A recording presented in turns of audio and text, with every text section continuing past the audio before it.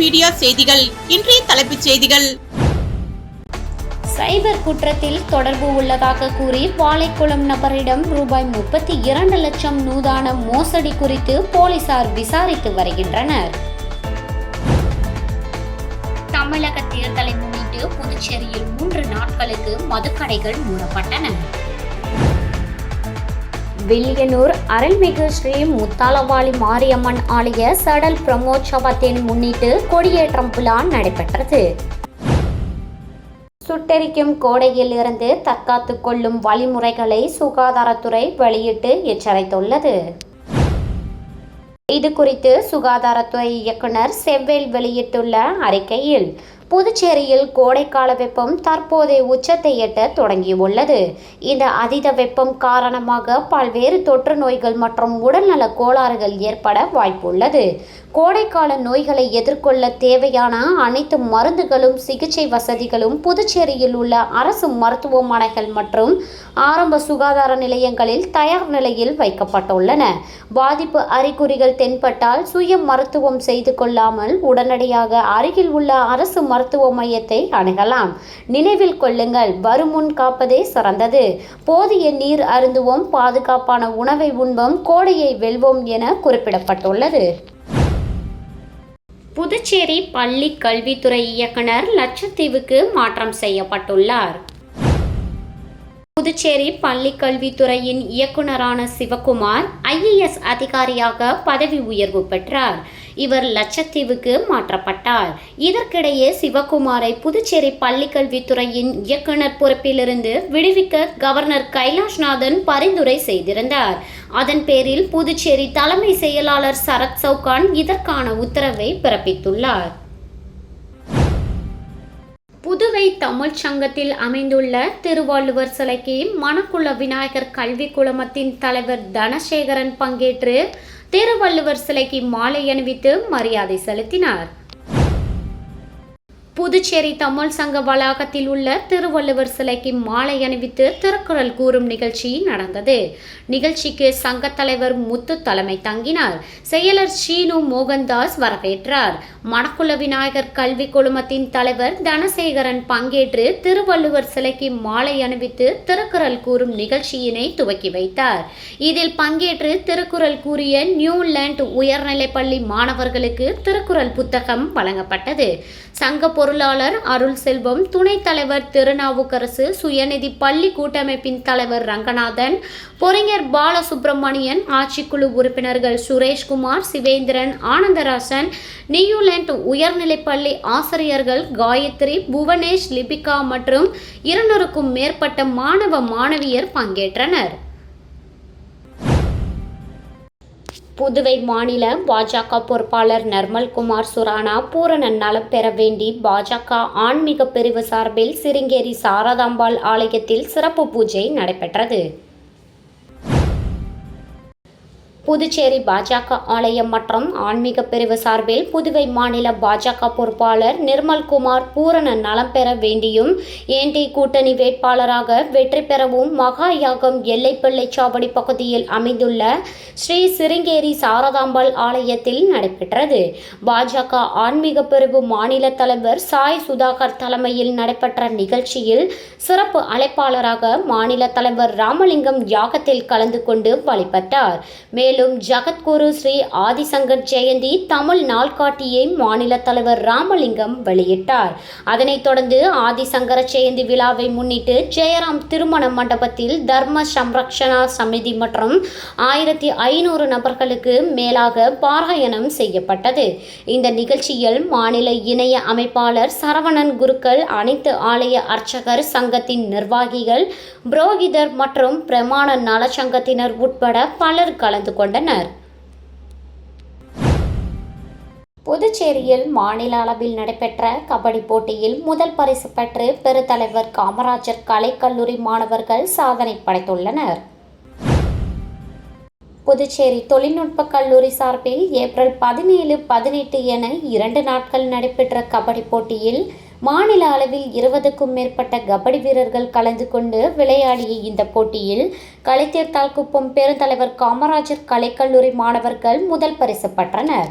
வெற்றி பெற்ற மாணவர்களை பாராட்டும் விதமாக கல்லூரி வளாகத்தில் நடைபெற்ற பாராட்டு விழாவில் கல்லூரியின் முதல்வர் லெப்டினன்ட் கதிர்வேல் கலந்து கொண்டு வெற்றி பெற்ற கபடி வீரர்களுக்கு தன்னுடைய வாழ்த்துக்களை தெரிவித்துக் கொண்டார். இந்த நிகழ்ச்சியில் கல்லூரியின் பேராசிரியர் சிவகுமார், ராஜ்மோகன், தங்கப்பன், செந்தமிழர் ராஜா, வைத்தியலிங்கம் ஆகியோர் கலந்து கொண்டனர். இதற்கான ஏற்பாடுகளை கல்லூரியின் உடற்கல்வி இயக்குனர் அன்பழகன் செய்திருந்தார்.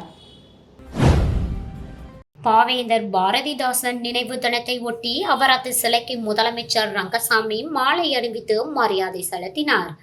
புதுச்சேரி அரசு செய்தி மற்றும் விளம்பரத்துறை சார்பில் பாவேந்தர் பாரதிதாசன் நினைவு தினம் இன்று அனுசரிக்கப்பட்டது.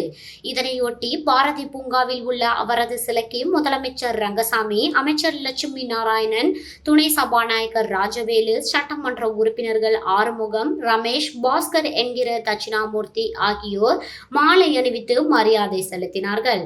அதனைத் தொடர்ந்து பாரதிதாசன் குடும்பத்தினர், நாம் தமிழர் கட்சியினர், தமிழக வெற்றிக் கழகம் கட்சியினர் உட்பட பல்வேறு அரசியல் மற்றும் பொதுநல அமைப்பை சார்ந்த நிர்வாகிகள், தமிழ் அறிஞர்கள் பாரதிதாசன் சிலைக்கு மாலை அணிவித்து மரியாதை செலுத்தினார்கள்.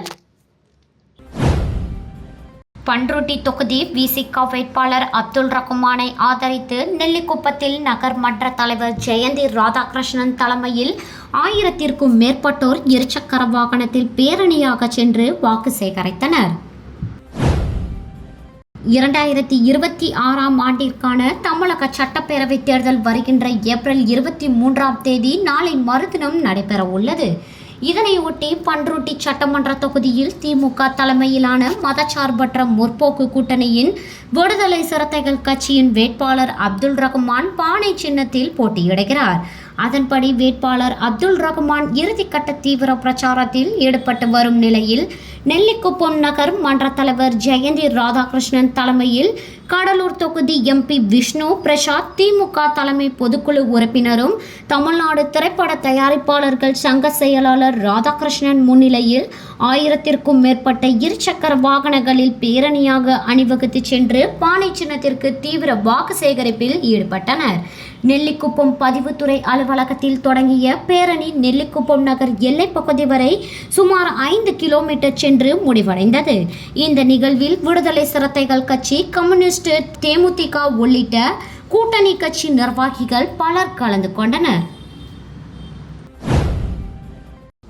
சைபர் குற்றத்தில் தொடர்பு உள்ளதாக கூறி வாழைக்குளம் நபரிடம் ரூபாய் 32 லட்சம் நூதான மோசடி குறித்து போலீசார் விசாரித்து வருகின்றனர். புதுச்சேரி வாழைக்குளத்தைச் சேர்ந்தவரை தொடர்பு கொண்ட மர்ம நபர் சைபர் மோசடி செய்த குற்றத்திற்காக உங்கள் மீது வழக்கு பதிவு செய்யப்பட்டுள்ளதாக மிரட்டியுள்ளார்.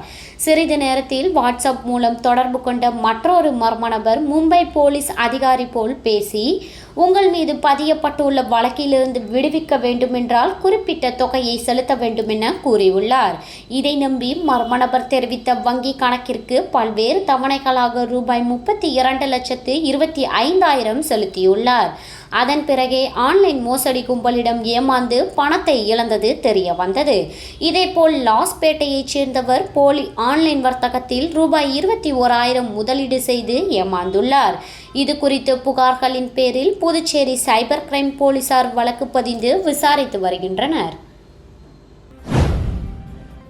செங்கல்பட்டு மாவட்டம் மேல்மருவத்தூரில் உள்ள ஆதிபராசக்தி பொறியியல் கல்லூரியானது 1984ஆம் ஆண்டு ஆரம்பிக்கப்பட்டது. ஆதிபராசக்தி பொறியியல் கல்லூரி கடந்த 42 வருடமாக பொறியியல் துறையில் பல்வேறு சாதனைகளை புரிந்துள்ளது. பல்கலைக்கழக மானிய குழு மற்றும் அண்ணா பல்கலைக்கழகம் இந்த கல்வியாண்டு முதல் 10 வருடங்களுக்கு தன்னாட்சி பெற்ற கல்வி நிறுவனம் என்ற அங்கீகாரத்தை வழங்கியுள்ளன. இதனை கல்லூரியின் தாளாளர் முனைவர் செந்தில்குமார் அவர்கள் ஆசிரியர்கள் மற்றும் மாணவர்களுடன் சேர்ந்து கொண்டாடப்பட்டது. தமிழக தேர்தலை முன்னிட்டு புதுச்சேரியில் 3 நாட்களுக்கு மதுக்கடைகள் மூடப்பட்டன. தமிழகம் மற்றும் புதுச்சேரிக்கு ஒரே நேரத்தில் சட்டமன்ற தேர்தல் நடைபெறுவது வழக்கம். 30 ஆண்டுகளுக்கு பிறகு தமிழகத்திற்கு முன்னதாக புதுச்சேரியில் சட்டமன்ற தேர்தலை முன்னிட்டு வாக்குப்பதிவு நடைபெற்றது. இந்த நிலையில் வரும் 23ஆம் தேதி தமிழக சட்டப்பேரவை தேர்தலை முன்னிட்டு வாக்குப்பதிவு நடைபெறுகிறது.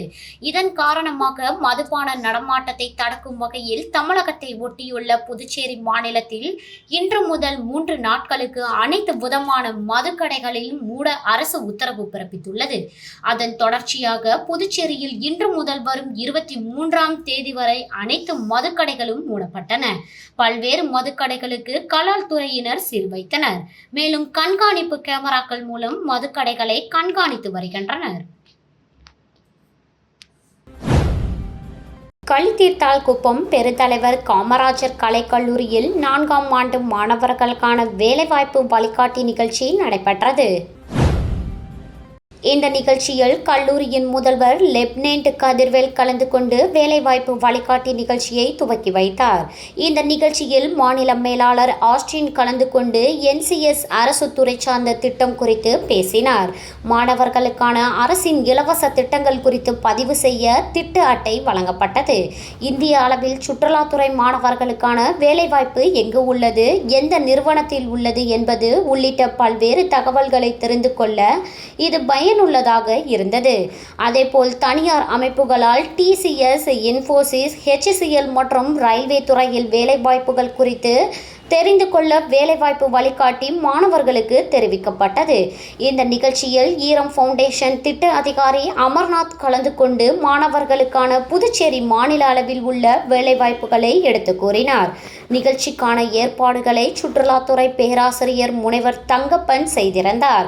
இந்த நிகழ்ச்சியில் கல்லூரியின் பல்வேறு துறைகளைச் சேர்ந்த பேராசிரியர்கள் சிவகுமார், ராஜ்மோகன், தங்கப்பன், செந்தமிழர் ராஜா, வைத்தியலிங்கம் ஆகியோர் கலந்து கொண்டனர். இந்த நிகழ்ச்சியில் கல்லூரியில் 4ஆம் ஆண்டு மாணவர்கள் கலந்து கொண்டு பல்வேறு வேலைவாய்ப்பு குறித்த தகவல்களை கேட்டு அறிந்தனர். நிகழ்ச்சியில் பேராசிரியர்கள், மாணவர்கள் என பலர் கலந்து கொண்டனர். ஏம்பலம் அருள்மிகு ஸ்ரீ முத்துமாரியம்மன் ஆலய 48ஆம் ஆண்டு தலை வெள்ளிக்கிழமை திருவிழாவில் திரளான பக்தர்கள் பங்கேற்று சுவாமி தரிசனம் செய்தனர். புதுவை மாநிலம் நெட்டப்பாக்கம் கொம்பியூன் ஏம்பலம் பகுதியில் அமைந்துள்ள அருள்மிகு ஸ்ரீ முத்துமாரியம்மன் ஆலய 48ஆம் ஆண்டு தலை வெள்ளிக்கிழமை திருவிழா வெகு சிறப்பான முறையில் நடைபெற்றது. இதில் காலை சுவாமிக்கு அபிஷேக ஆராதனை வெகு சிறப்பான முறையில் நடைபெற்றது. இதில் பக்தர்கள் திரளாக கலந்து கொண்டு சுவாமி தரிசனம் செய்தனர். தொடர்ந்து விழாவில் கலந்து கொண்ட பக்தர்கள் அனைவருக்கும் அன்னதானம் வழங்கப்பட்டது. தொடர்ந்து இரவு 7 மணி அளவில் அம்மன் வீதி உலா நடைபெற்றது.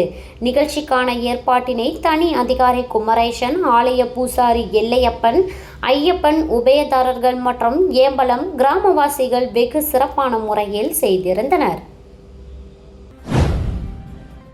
வில்லியனூர் அருள்மிகு ஸ்ரீ முத்தாலவாளி மாரியம்மன் ஆலய சடல் பிரமோற்சவத்தை முன்னிட்டு கொடியேற்றம் விழா நடைபெற்றது. புதுச்சேரி மாநிலம் வில்லியனூர் பகுதியில் அமைந்துள்ள அருள்மிகு ஸ்ரீ முத்தாலவாளி மாரியம்மனுக்கு ஆண்டுதோறும் சித்திரை மாத வளர்ப்பறையில் பிரமோற்சவம் கொடியேற்றத்துடன் துவங்கி அம்மனுக்கு கூழ்வார்த்தல் மற்றும் செடல் தரித்தல் திருவிழா வெகு சிறப்பாக நடைபெறுவது வழக்கம். அதன்படி நேற்று முத்தாலவாளி மாரியம்மன் ஆலயத்தில் இரவு கொடியேற்றம் விழா நடைபெற்றது. கொடியேற்றம் விழாவானது ஆலய அர்ச்சகர் சிவாச்சாரியார் பூஜைகள் செய்து தீப ஆராதனை காண்பிக்க கொடியேற்றம் வெகு சிறப்பான முறையில் நடைபெற்றது. இதில் உபயதாரர்கள், யாதவ நாயுடு மரபினர் உட்பட திரளான பொதுமக்கள் கலந்து கொண்டு சுவாமி தரிசனம் செய்தனர்.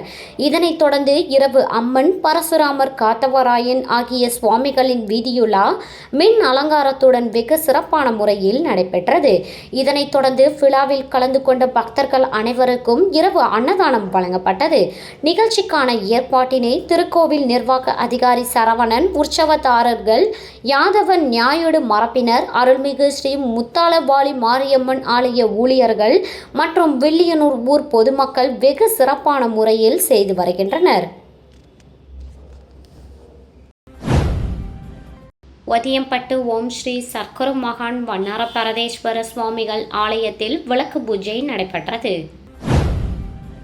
உதியம்பட்டு பகுதியில் அமைந்துள்ள ஓம் ஸ்ரீ சர்க்குரு மகான் வண்ணார பரமேஸ்வரர் சுவாமிகள் ஜீவசமாதி சித்தர் பீடத்தில் 234ஆம் ஆண்டு மகா குரு பூஜை விழா வெகு சிறப்பான முறையில் நடைபெற்றது.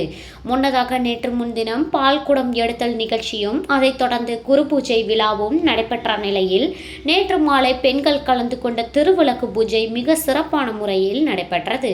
பெண்கள் திரளாக கலந்து கொண்டு விளக்கேற்றி மந்திரங்கள் முழங்க சிறப்பு பூஜைகள் செய்தனர்.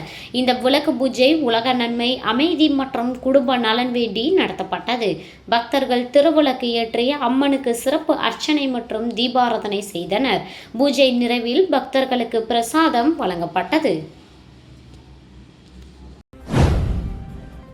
புதுச்சேரி சாமிப்பள்ளை தோட்டம் பகுதியில் உள்ள ஸ்ரீ மகாசக்தி பரிகார வாராகியம்மன் கோவிலில் அட்சய திருதியை முன்னிட்டு குபேர பூஜை நடைபெற்றது. புதுச்சேரி சாமிப்பள்ளை தோட்டம் பகுதியில் உள்ளது ஸ்ரீ மகாசக்தி பரிகார வாராகி அம்மன் கோவில். இந்த கோவிலில் அட்சய திருதியை முன்னிட்டு குபேர பூஜை நடைபெற்றது. இதில் மலர்கள் மற்றும் ஆபரணங்களால் அலங்கரிக்கப்பட்ட வாராகி அம்மனுக்கு ஸ்ரீ சூக்தம் அல்லது கனகதாரா ஸ்தோத்திரம் பாராயணம் செய்து ஓம் ஸ்ரீம் ஹ்ரீம் க்ளீம் மகாலட்சுமியே நமக மற்றும் ஓம் குபேராயா நமக ஆகிய மந்திரங்களை 108 முறை ஓதி செல்வத்தை பெருக்க சிறப்பு பூஜை நடைபெற்றது. தொடர்ந்து வாராகி அம்மனுக்கு பஞ்சமுக ஆராத்தி காட்டப்பட்டு பக்தர்களுக்கு வெள்ளி நாணயம் மற்றும் பணம் பிரசாதமாக வழங்கப்பட்டது. இந்த குபேர பூஜையில் பக்தர்கள் பலரும் கலந்து கொண்டு அம்மனை வழிபட்டு சென்றனர். மீண்டும் இன்றைய தலைப்புச் செய்திகள். சைபர் குற்றத்தில் தொடர்பு உள்ளதாக கூறி வாழைக்குளம் நபரிடம் ரூபாய் 32 லட்சம் நூதான மோசடி குறித்து போலீசார் விசாரித்து வருகின்றனர். தமிழக தேர்தலை முன்னிட்டு புதுச்சேரியில் 3 நாட்களுக்கு மதுக்கடைகள் மூடப்பட்டன. வில்லியனூர் அருள்மிகு ஸ்ரீ முத்தாலவாளி மாரியம்மன் ஆலய சடல் பிரமோற்சவத்தின் முன்னிட்டு கொடியேற்றம் விழா நடைபெற்றது. இத்துடன் A1 மீடியா செய்திகள் நிறைவு பெற்றன. நன்றி.